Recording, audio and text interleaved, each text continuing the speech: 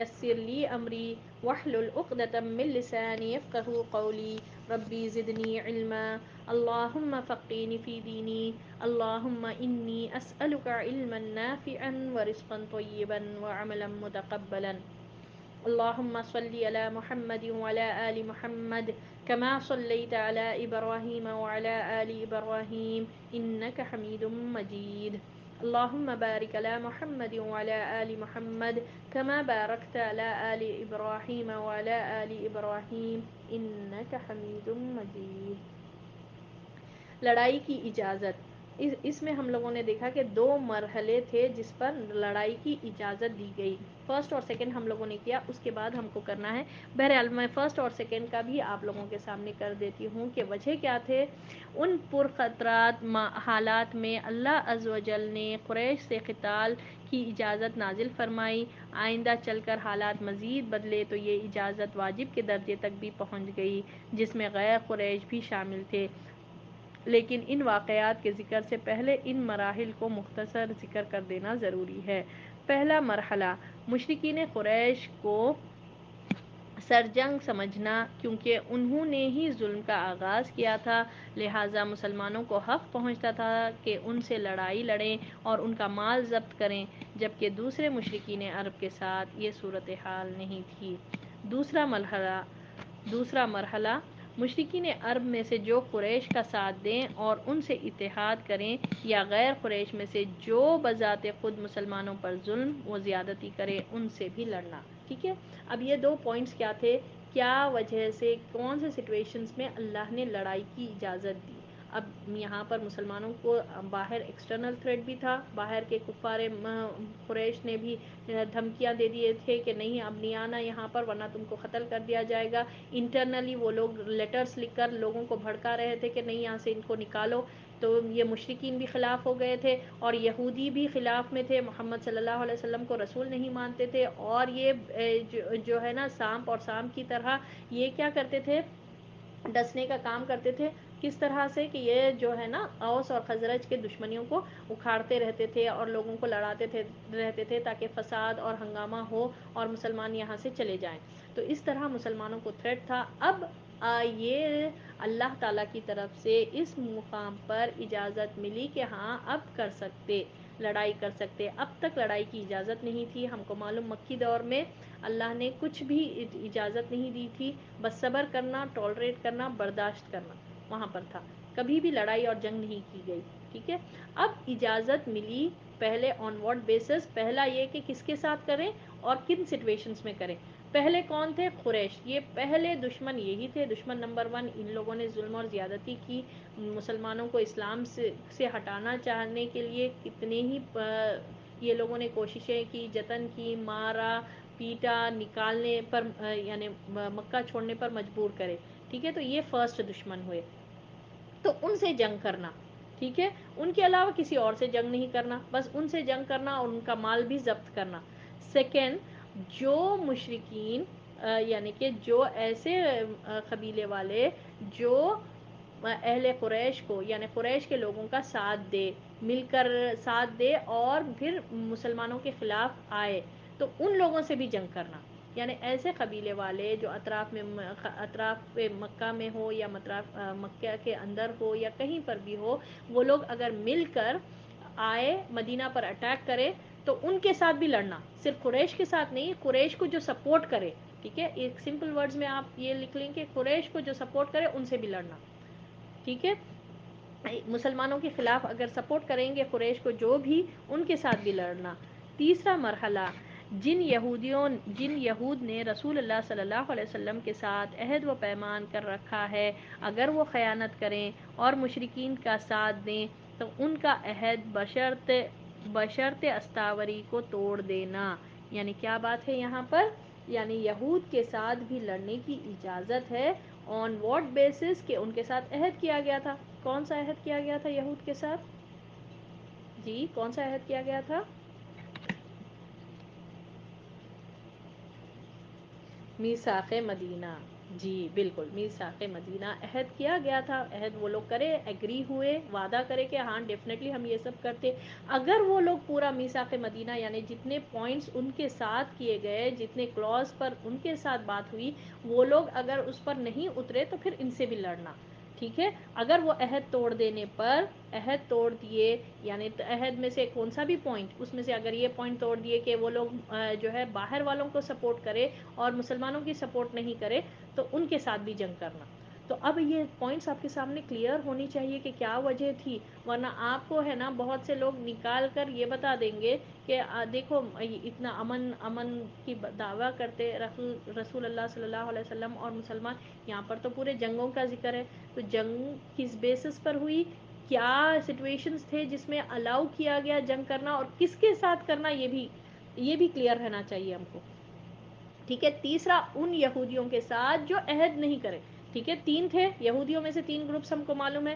اب یہ 3 گروپس میں سے جو کوئی بھی عہد نہیں نبھائے، یعنی کہ جو کوئی کلوز توڑے، جو عہد نامہ ہوا تھا کہ نہیں ہم کبھی بھی ہنگامہ نہیں کریں گے، کبھی بھی آپ کے لوگوں کو قتل نہیں کریں گے، کبھی بھی باہر والوں کو سپورٹ نہیں کریں گے، اگر کوئی پوائنٹ وہ لوگ نہیں وہ کر رہے، اپنے عہد کو نہیں نبھا رہے ہیں، تو ہم بھی اپنی طرف سے عہد توڑ دیں گے اور ان کے ساتھ جنگ کریں گے. کلیئر، واضح، کلیئر ہے یہاں تک؟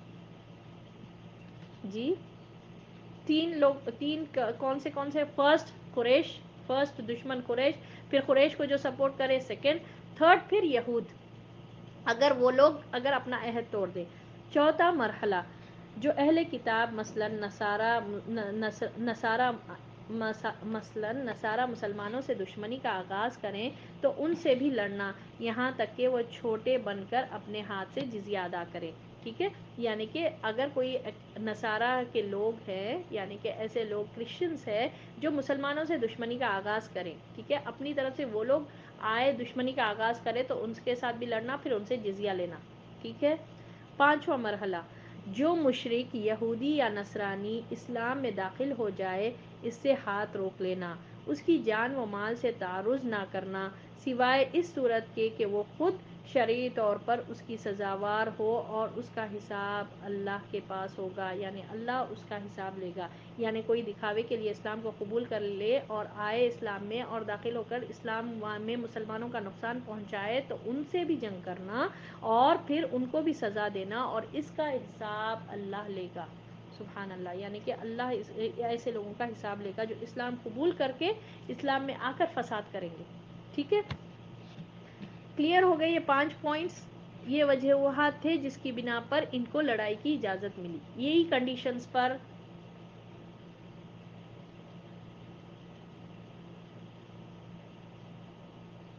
چوتھا، یعنی کہ اہل کتاب کے لوگ یعنی نصارہ جو اہل کتاب، جیسا کہ گزر چکا ہے کہ رسول اللہ صلی اللہ علیہ وسلم اور مسلمان شروع ہی سے احتیاط کا دامن پکڑے ہوئے تھے، کیونکہ ہم پیچھے سے پڑھتے ہوئے آئے کہ احتیاط کا دامن میثاق مدینہ کر کے، بھائی چارگی کر کے، اور ان لوگوں کو کہا گیا کہ دیکھو ہم آپ کو کبھی ڈسٹرب نہیں کریں گے، آپ اپنا کام کریں، ہم آپ کا کبھی اپنا خرچہ نہیں ڈالیں گے، آپ ہمارا کبھی خرچہ نہیں اٹھائیں گے. بہرحال یہ پورے پوائنٹس ہم لوگوں نے دیکھا. تو احتیاط کا دامن پکڑے ہوئے تھے اور انہوں نے پہرے اور ہتھیاروں کے ساتھ سونے کا انتظام کر رکھا تھا. یعنی ہم دیکھیں کہ ایکسٹرنل کے پاس سے بھی تھریٹ آیا اور انٹرنلی یعنی اندر کے مدینہ سے بھی جب تھریٹ کا محسوس ہوا تو آپ صلی اللہ علیہ وسلم اور مسلمان جو ہے ہتھیار لے کر ہی سوتے تھے اور ہتھیار سے ہی جاگتے تھے. جب قتال کی اجازت نازل ہوئی تو رسول اللہ صلی اللہ علیہ وسلم نے فوجی طلایہ گردی کا انتظام فرمایا، جس کا سالار اپنے صحابی کو بنا دیا کرتے تھے. اسے سریہ کہا جاتا ہے، اور کبھی کبھی آپ صلی اللہ علیہ وسلم بنفس نفیس بھی نکلتے تھے. اسے غزوہ کہا جاتا ہے. ٹھیک ہے، تو مطلب کیا ہے کہ سریہ کس کو کہتے ہیں؟ آپ صلی اللہ علیہ وسلم اب یہاں پر کیا کرے، پریکاشنز تو لے کر تھے، تو اب جب اللہ کی طرف سے اجازت مل گئی تو آپ صلی اللہ علیہ وسلم چھوٹے چھوٹے ٹروپس، آرمی ٹروپس، فوجی طلایہ گردی کس کو کہتے ہیں؟ چھوٹے آرمی ٹروپس، ایکسپیڈیشنز. ٹھیک ہے، چھوٹا ایک گروپ بنا دیتے تھے اور ایک اپنے صحابی کو اس کا لیڈر بنا کر آپ صلی اللہ علیہ وسلم بھیجتے تھے. آپ صلی اللہ علیہ وسلم خود نہیں جاتے تھے، صرف ایک صحابی کو ایک لیڈر بنا کر 30 لوگوں کو یا 50 لوگوں کو ایسا بھیجتے تھے، ٹھیک ہے، اطراف میں، مدینہ کے اطراف میں، یا پھر کہاں پر بھی جہاں پر بھی آپ صلی اللہ علیہ وسلم کو معلوم چلے کہ یہ لوگ ہمارے خلاف کرنے والے ہیں، تو بھیجتے تھے معلوم کرنے کے لیے کہ صحیح ہے یا نہیں ہے، تاکہ ان پر ڈر رعب ہو جائے، ٹھیک ہے۔ تو یہ جہاں پر آپ صلی اللہ علیہ وسلم نہیں جاتے تھے، صرف ایک صحابی کو بھیج دیتے تھے، اس کو سریہ کہتے ہیں۔ سریہ کی جمع سرایا ہے، اور جس میں آپ صلی اللہ علیہ وسلم شامل ہوتے ہیں اس کو غزوہ کہتے ہیں، اور غزوہ کی جمع غزوات ہے۔ کلیئر؟ یہاں تک کلیئر ہے؟ کچھ ڈاؤٹ؟ سرایا،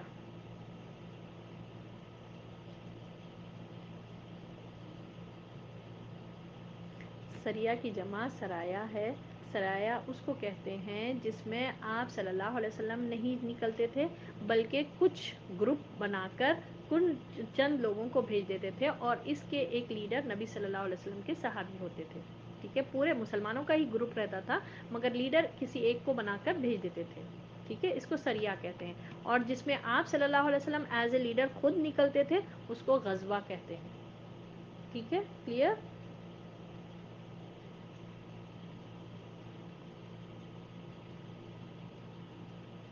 نہیں، سارا یہود کی طرف کیوں بھیجیں گے؟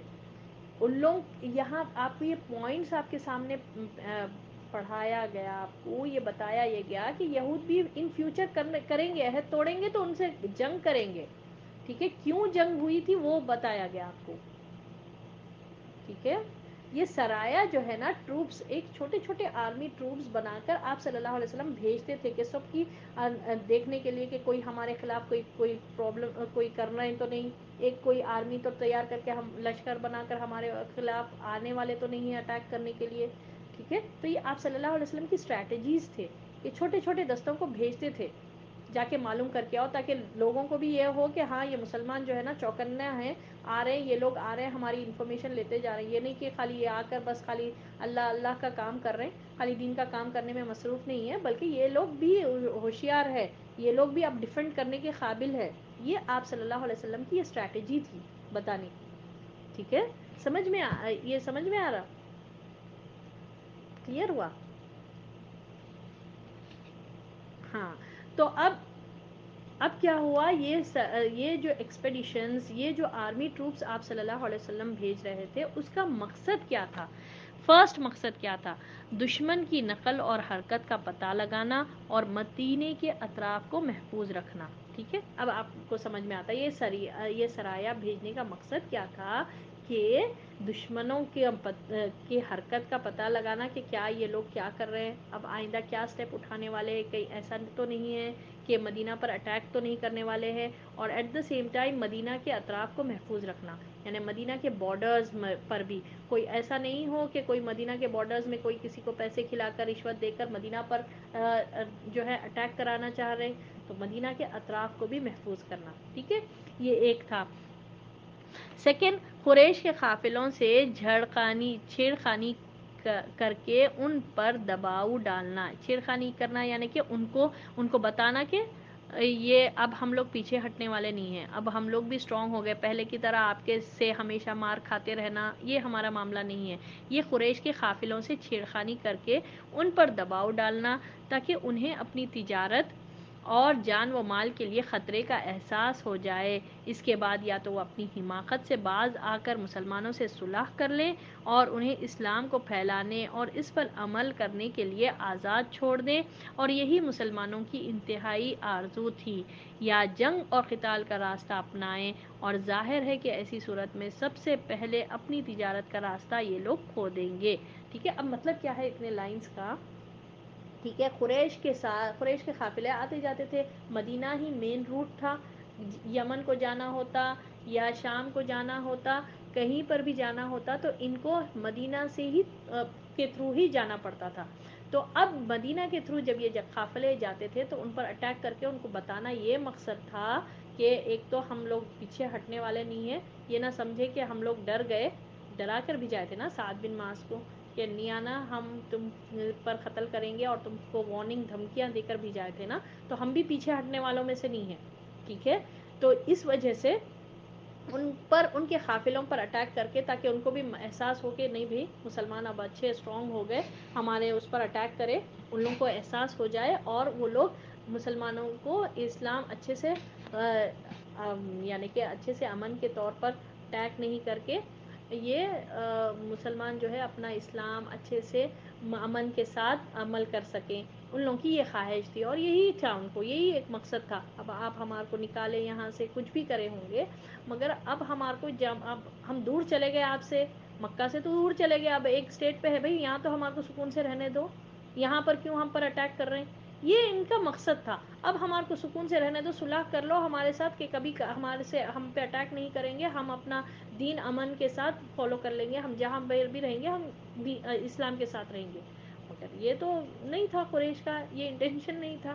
تو مسلمانوں کا تو یہی تھا، اگر وہ نہیں کر رہے ہیں تو ہم بھی جنگ اور قتال کرنے کے لیے ریڈی ہیں. اگر یہ نہیں مان رہے، آپ ہمارے کو نہیں ہمارا دین فالو کرنے نہیں دیتے، ہم دور چلے گئے بعد بھی آپ ہمارے سے دشمنی نبھا رہے ہیں، تو خلاص ہم بھی ریڈی ہے آپ کے ساتھ جنگ اور قتال کرنے کے لیے. ٹھیک ہے. اب کیونکہ وہ مدینہ کے اطراف سے گزرتا تھا اور دوسرے درجے پر اللہ کے حکم اور اس کی مدد سے اپنے شر اور ظلم کا بدلہ پایا جائیں گے. اس کی طرف اللہ سبحانہ تعالیٰ کے کلام میں کئی بار اشارہ کیا جا چکا ہے. یعنی اللہ نے قرآن میں کئی مرتبہ فرما چکا ہے کہ کس طرح سے ان کے ساتھ معاملہ کریں گے.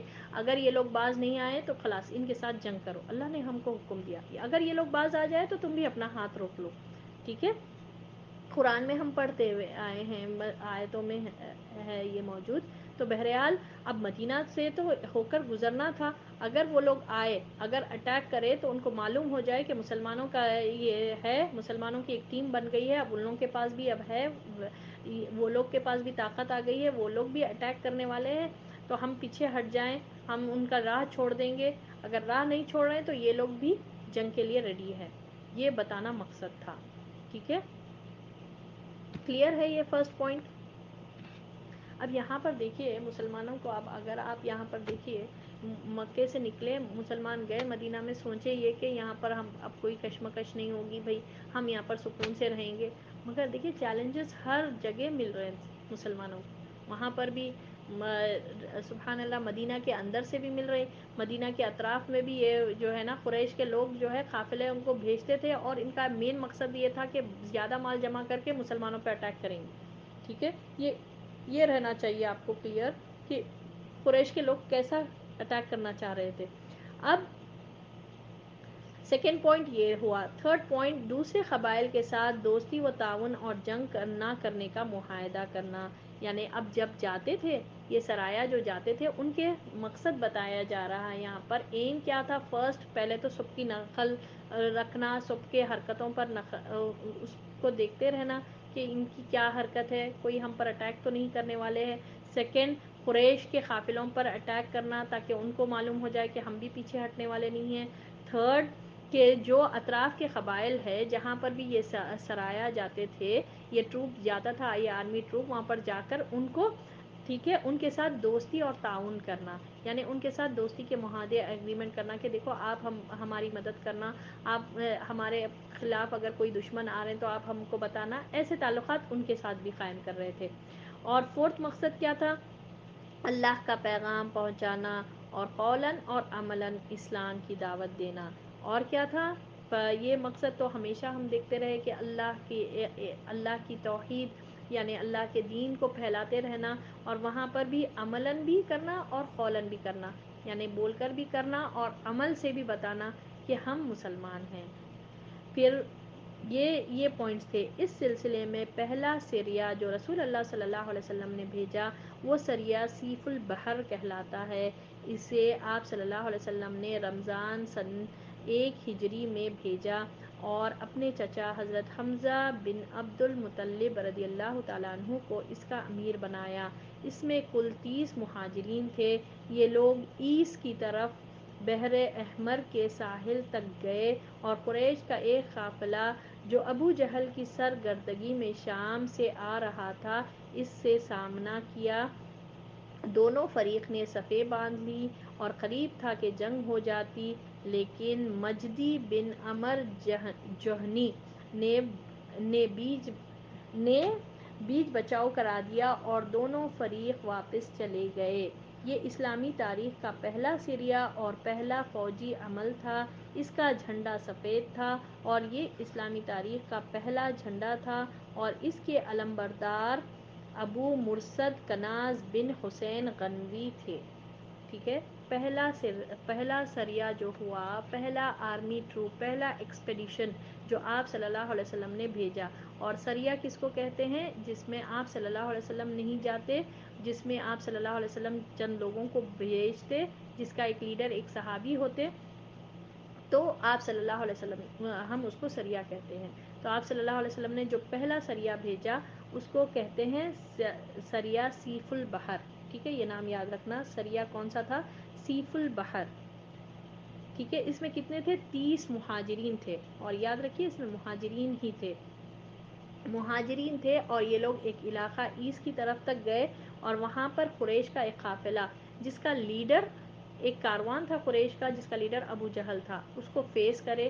قریب تھا کہ یہ 30 لوگ اور ان کے بیچ میں جو ہے نا جنگ ہو جاتی، دونوں آمنے سامنے بھی ہو گئے، یعنی جنگ ہوئی تو ہوتے نا، لوگ آمنے سامنے ٹھہرتے، اپوزٹ ڈائریکشنز میں ٹھہرتے تاکہ جنگ کی جائے۔ ٹھیک ہے، مگر ہوا یہ کہ مجدی بن عمر جوہنی یہ بیچ میں آ گیا اور دونوں فریق میں صلح کرا کر واپس پلٹا دیا۔ قریب تھا کہ جنگ ہو جاتی مگر نہیں ہوئی، یہ بیچ میں آیا اور یہ دونوں فریق واپس چلے گئے۔ ٹھیک ہے، اور اس سریہ میں جو لیڈر تھے وہ حضرت حمزہ بن عبد المطلب، نبی صلی اللہ علیہ وسلم کے چچا حضرت حمزہ رضی اللہ تعالیٰ عنہ کے بارے میں ہم لوگوں نے پڑھا کس طرح انہوں نے اسلام لائے، اور ان کا لقب کیا تھا؟ جی لقب کیا ہے؟ اسد، معنی کیا ہے اسد اللہ کے؟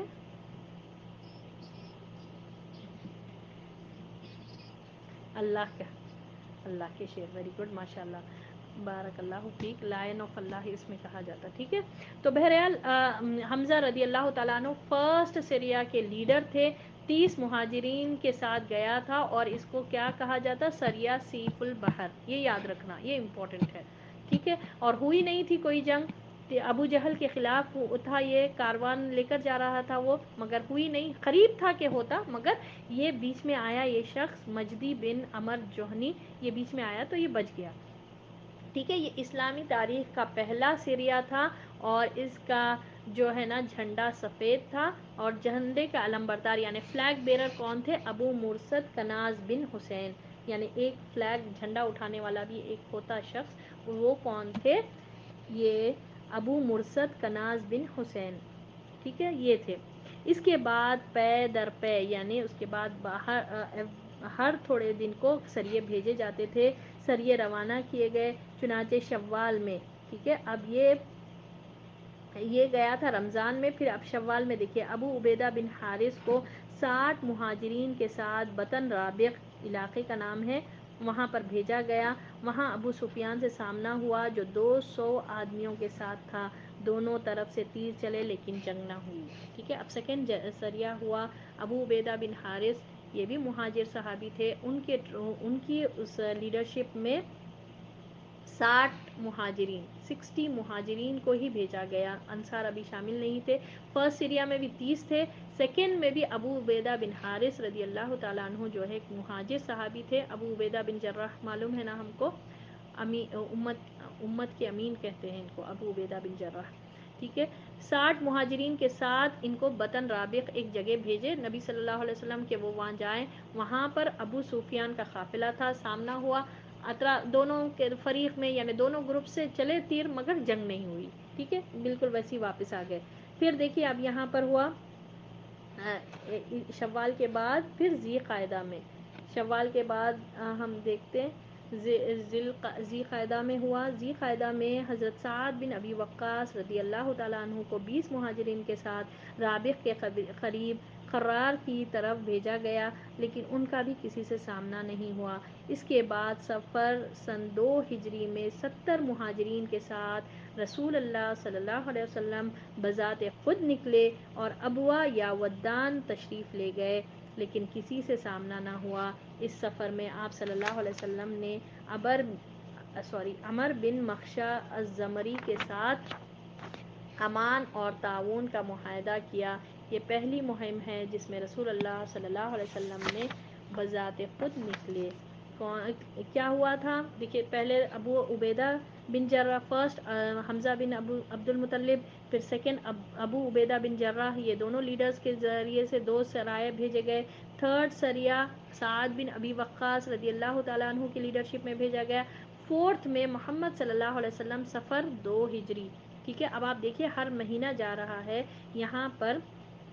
ذی قعدہ کے بعد ذی الحج اور محرم، ذی قعدہ میں بھیجا گیا مگر جس میں کچھ نہیں ہوا، سعد بن ابی وقاص گئے اور واپس آ گئے، اور اس کے بعد ذی قعدہ اور محرم، کیونکہ یہ حج کے مہینے ہیں، محرم اور ہم کو معلوم ہے حرمت والے مہینے ہیں، اس وقت نہیں ہوا۔ پھر سفر میں، ٹھیک ہے، سفر میں محمد صلی اللہ علیہ وسلم خود نکلے اور جو ہے نا ابوا تک گئے مگر کچھ ہوا نہیں، مگر اطراف میں وہاں کے لوگوں سے آپ صلی اللہ علیہ وسلم نے عہد و پیمان کیا، امان اور تعاون کا معاہدہ کیا۔ وہاں پر بھی ایک ایگریمنٹ لیے آپ صلی اللہ علیہ وسلم، جہاں پر جاتے تھے وہ قبیلے والوں سے تعاون یعنی کہ عہد وغیرہ لے لیتے تھے کہ آپ ہمارے خلاف نہیں لڑنا، اگر فیوچر میں کبھی ہمارے ساتھ جنگ کرنے کے لیے کوئی آئے تو آپ لوگ نہیں کرنا، تو وہاں کے لیڈرز کے ساتھ آپ صلی اللہ علیہ وسلم یہ معاہدہ کرتے تھے۔ تو یہ پہلی مہم تھی، یعنی فرسٹ ایکسپیڈیشن، یہ ہے فرسٹ آرمی ٹروپ جس میں آپ صلی اللہ علیہ وسلم گئے۔ کون سا تھا وہ؟ سفر سن 2 ہجری میں 70 مہاجرین کے ساتھ آپ صلی اللہ علیہ وسلم گئے۔ اس کے بعد آپ صلی اللہ علیہ وسلم ربیع الاول سن 2 ہجری میں 200 مہاجرین کے ساتھ ردوا کے اطراف میں بوات تک تشریف لے گئے، وہاں بھی کسی سے سامنا نہ ہوا۔ اسی مہینے میں کرز بن جابر فہری نے مدینہ کے چراگاہ پر چھاپا مارا اور کچھ مویشی ہانک لے گیا۔ رسول اللہ صلی اللہ علیہ وسلم نے 70 مہاجرین کے ساتھ اس کا تعاقب کیا اور بدر کے اطراف میں صفوان تک تشریف لے گئے، لیکن کرز نکل بھاگا۔ اس واقعے کو غزوہ بدر اولیٰ بھی کہتے ہیں۔ ٹھیک ہے، یہ امپورٹنٹ ہے۔ ٹھیک ہے، آپ صلی اللہ علیہ وسلم نکلے مگر کچھ نہیں ہوا، آپ صلی اللہ علیہ وسلم اطراف کے لوگوں سے جو ہے نا معاہدہ کر کر واپس آ گئے۔ پھر ربیع الاول 2 ہجری میں 200 مہاجرین کے ساتھ نکلے، تبھی بھی کچھ نہیں ہوا، مگر اسی مہینے میں کیا ہوا؟ کرز بن جابر نام کا ایک آدمی جو ہے اس پر جو ہے مدینہ کے چراگاہ پر اٹیک کرا، تو نبی صلی اللہ علیہ وسلم نے اس کا پیچھا کیا اور جو ہے نا اس کو، یعنی کہ 70 مہاجرین کے ساتھ آپ صلی اللہ علیہ وسلم نکلے اور اس کا تعاقب کرے، اس کا پیچھا کرے، مگر وہ کرز جو ہے بھاگ نکلا۔ اس واقعے کو غزوہ بدر اولیٰ، یعنی بدر تک قریب تک گئے تھے آپ صلی اللہ علیہ وسلم، خود آپ صلی اللہ علیہ وسلم تھے نا پریزنٹ، اسی لیے اس کو غزوہ کہا جاتا، تو اس کو بدر کے قریب تک گئے تھے، اسی لیے اس کو غزوہ بدر اولیٰ کہتے ہیں۔ اس کے بعد آپ صلی اللہ علیہ وسلم جمادی الاولیٰ یا جمادی الاخری 2 ہجری میں 150 یا 250 مہاجرین کے ساتھ ذوالعشیرہ تک تشریف لے گئے۔ مقصد قریش کے ایک قافلے کو روکنا تھا جو ملک شام سے جا رہا تھا، لیکن وہ آپ صلی اللہ علیہ وسلم کے پہنچنے سے چند دن پہلے ہی جا چکا تھا۔ اس سفر میں آپ صلی اللہ علیہ وسلم نے بنو مدلج کے ساتھ جنگ نہ کرنے کا معاہدہ کیا۔ واپس خالی نہیں آتے تھے، ویسے تو اسلام کی تبلیغ کا کام بھی کرتے تھے آپ صلی اللہ علیہ وسلم، اور ساتھ میں جہاں تک بھی جاتے تھے نا وہاں کے اطراف کے لوگوں کے ساتھ معاہدہ کرتے تھے، وہاں کے لیڈرز کے ساتھ، دیکھو آپ ہمارے خلاف جنگ نہیں کرنا، آپ ہمارا تعاون کرنا، ہم کو سپورٹ کرنا۔ پھر کیا ہوا؟ پھر رجب، اب یہاں جمادی الاولیٰ یا جمادی الاخری کے بعد رجب سن 2 ہجری میں آپ صلی اللہ علیہ وسلم نے عبداللہ بن جحش رضی اللہ تعالیٰ عنہ کو 12 مہاجرین کے ہمراہ مکہ اور طائف کے درمیان مقام نخلا کے لیے روانہ کیا، یعنی بالکل مکہ کے قریب مقام نخلا۔ آپ پڑھے نخلا؟ کیا نخلا کے بارے میں پیچھے ہم لوگوں نے پڑھا، کہاں پڑھا تھا یہ نخلا میں کیا ہوا؟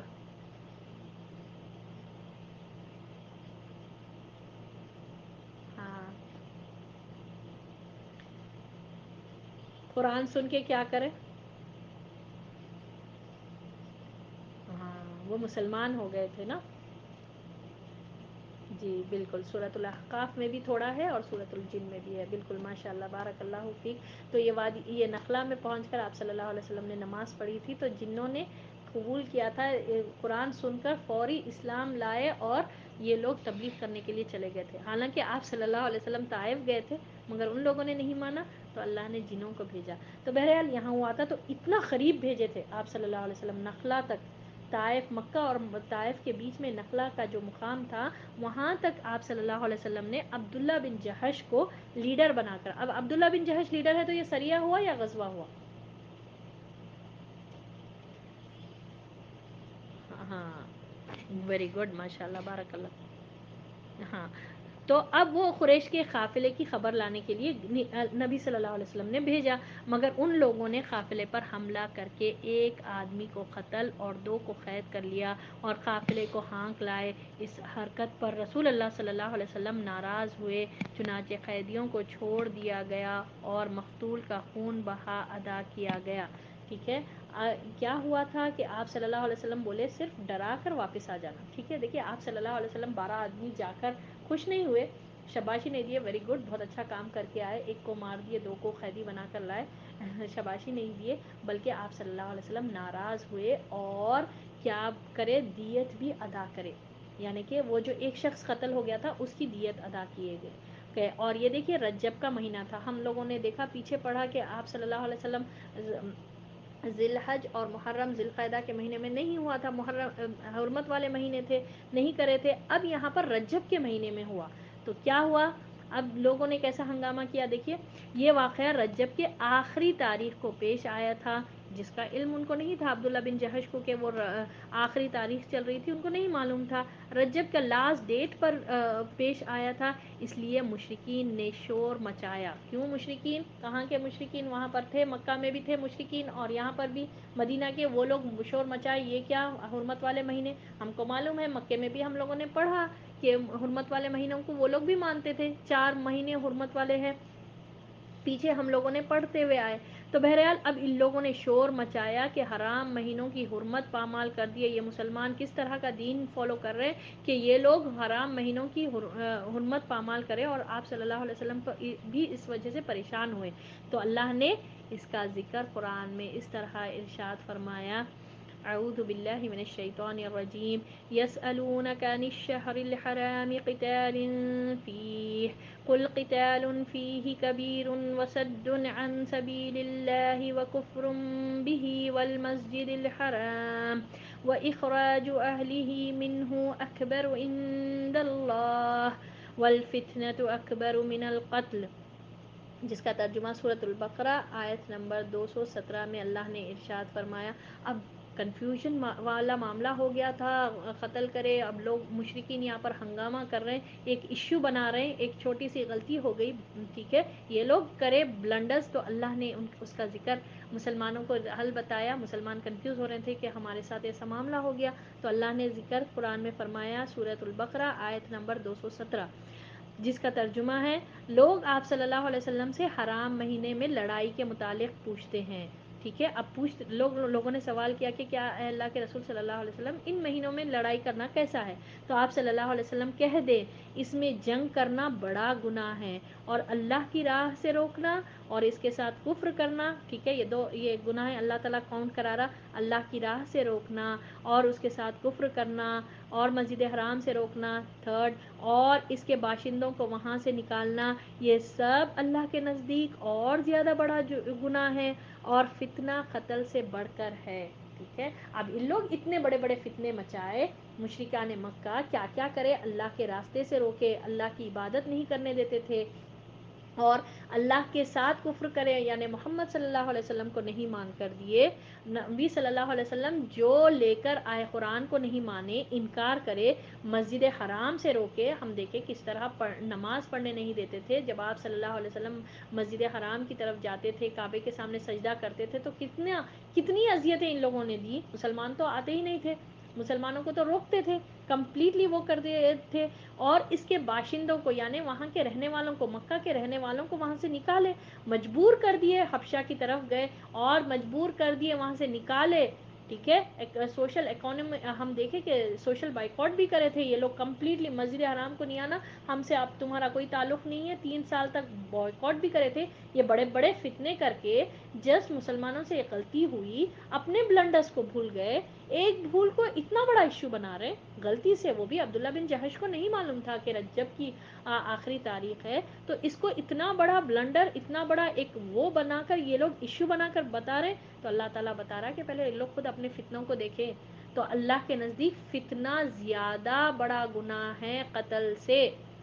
اللہ اکبر. اور یہ لوگ اتنے بڑے بڑے فتنے مچائے تھے, اس کا کیا, اس کو کوئی ذکر نہیں کریں گے, اپنے غلطیوں کو ذکر نہیں کر رہے. اور مسلمانوں سے ایک غلطی ہوئی تو اتنا بڑا ایشو, اتنا بڑا وابلہ مچا رہے یہ لوگ. تو اللہ تعالیٰ نے اس طرح سے مسلمانوں کو کس طرح سے ڈیفینڈ کیا اللہ نے. اللہ اکبر. مسلمان پریشان ہو رہے تھے, یہ کیسا ہو گیا, رجب میں عبداللہ بن جہش سے غلطی ہو گئی تھی, ان کو نہیں معلوم تھا, مگر اللہ نے کیسا ڈیفینڈ کیا دیکھیے. ان لوگ ایشو بنا رہے ہیں تو اللہ بول رہے ہیں کہ اللہ تعالیٰ نے فرمایا کہ اچھا ٹھیک ہے, تو تم لوگ کیا کیا کرے, مسجد حرام سے روکے, مسجد مکے سے لوگوں کو نکالے, وہاں پر کفر کرے, تم اب آیتوں کا کفر کرے, انکار کرے, وہ کچھ بھی نہیں. اتنے بڑے بڑے گناہ ہیں تم کر کے آئے, وہ کچھ بھی نہیں, بلنڈرز ہے یہ, تو بڑے بڑے فتنے ہیں. تو ایک چھوٹے ایشو کو اتنا بڑا وہ نہیں بنائے. تو بہرحال لوگ یہ اس کا ترجمہ ہے. یہ ہوا. پھر کیا ہوا, شعبان 2 ہجری میں آپ صلی اللہ علیہ وسلم, شعبان 2 ہجری میں قبلہ بھی بیت المقدس کی جگہ خانہ کعبہ کو بنا دیا گیا. رسول اللہ صلی اللہ علیہ وسلم یہی چاہتے بھی تھے اور اسی کا انتظار کر رہے تھے. اس سے بعض دھوکے باز منافقین اور یہود بھی منظر عام پر آ گئے جو جھوٹ موٹ مسلمان بنے ہوئے تھے. چنانچہ یہ مرتد ہو گئے اور مسلمانوں کی صفیں بھی ان سے پاک ہو گئی. ٹھیک ہے. تو سبحان اللہ. ہوا یہ کہ شعبان 2 ہجری کے شعبان کی 2 ہجری کے شعبان کے مہینے تک مسلمان جو ہے نا برداشت کر کے, کیونکہ اللہ کا حکم تھا, رسول اللہ صلی اللہ علیہ وسلم بیت المقدس فیس کر کے پڑھ رہے تھے, وہ لوگ ایکسیپٹ کر کے پڑھ رہے تھے. اور جیسے ہی قبلے کا حکم آیا ٹرن ہونے کا, جس کا ذکر اللہ تعالیٰ نے سورۃ البقرہ 2 پارے کے سٹارٹنگ میں ہے کہ شور مچایا سیقول السفہاء, جس سے شروع ہوتا کہ عنقریب یہ لوگ بیوقوف قسم کے لوگ بولیں گے کہ یہ قبلہ کیوں ٹرن ہو گیا, جبکہ اللہ تعالیٰ فرما رہا ہے تو قبلہ تو مشرق اور مغرب اللہ ہی کا ہے. تو بہرحال 2 ہجری میں بیت المقدس سے بیت الحرام کی طرف یہاں پر مسلمانوں کا ٹیسٹ تھا, اور یہودیوں کو موقع دیا جا رہا تھا, اہل کتاب ہے, تم لوگ ایکسیپٹ کر لو, تم لوگ آ جاؤ, یہ دین کو ایکسیپٹ کرو. جب نہیں ایکسیپٹ کرے تو خلاص اب ان لوگ ہٹ گئے. اب منصب مسلمانوں کو ملنے والا ہے. اب امت الوسط, سبحان اللہ, اللہ تعالیٰ مسلمانوں کو بنانے والا ہے. اب وارث مسلمان بنیں گے. اب تک ان لوگ تھا, اب خلاص یہ لوگ کو اب اللہ تعالیٰ منصب پہ سے اتار چکا. قبلہ ٹرن ہونے کا مطلب یہ ہے کہ اب مسلمانوں کے پاس رہے گی اتھارٹی. اب تک تھا, اب بنی اسرائیل کے پاس تھا, بنی اسرائیل گئے, ٹھیک ہے, ان کے پاس سے ہٹ کر اب بیت الحرام کی طرف.